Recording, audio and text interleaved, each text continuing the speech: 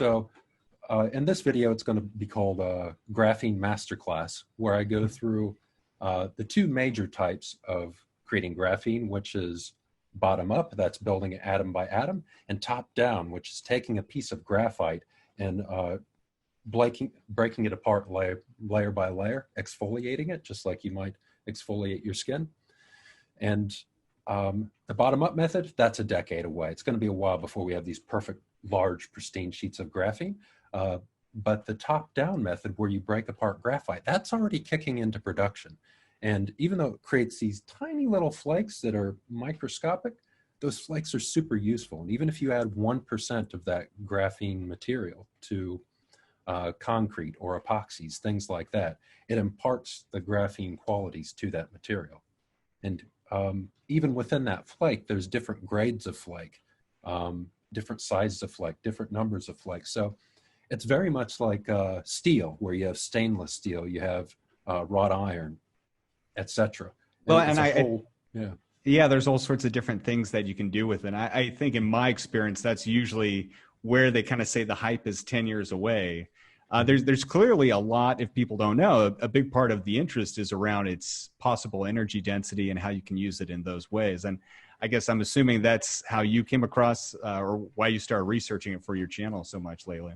Yeah, well, I was originally planning on not doing a graphene video for a long time, because it seems like it's going to be 2 or 3 years before these companies kick into large scale production. It's going to be the late 2020s until you start seeing it in like lots and lots of different products. So it's still a ways away. Yeah. But I wanted to understand anodes better. In order to understand an anode, which is made of graphite, you have to understand the very base materials that make up the anode. And that's graphite. And what's graphite made of? Graphene, just millions of sheets of graphene. And I think just one thing to note on top of that is, for people who might not be familiar, I think a lot of people focus, I mean, there's a big part of it is the chemistry of the batteries today, but at the biggest thing in the interim really is around how to better unlock the power of the anodes and the cathodes in the battery. Those are kind of really the big parts that people don't realize is what's holding back further things. The battery itself obviously is what gets a lot of attention, but if you can really figure out the cathode part of it, you can start doing some pretty wild things with it. Absolutely. And I think this is underappreciated, that by the approach that, for instance, Jeff Dahn is taking, where he's looking at the efficiency of the overall battery as a system, by looking at where a battery is breaking down, you're not only extending the battery's life and making the most of the materials in the battery, you're able to push further up against the theoretical limits of that battery without even having to go to new materials.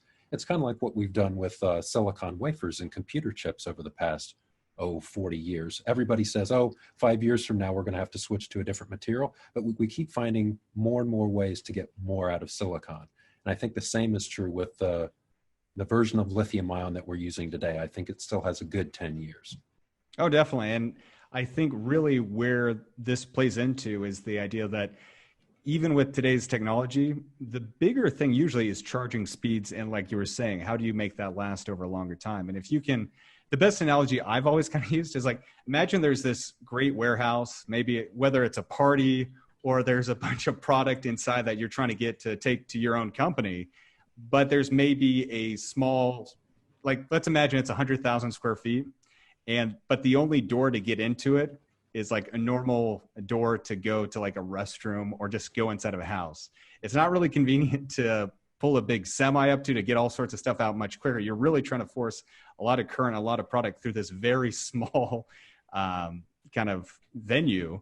And that's one of the challenges that the anode has faced, is really trying to, how do you kind of buffer that up, increase its output, but also to really make sure that it has a longer lifetime as well, and make what you have inside more effective. Because even if you start getting to these higher density batteries, it doesn't really make a difference if you don't have the right anode and cathode attached with it.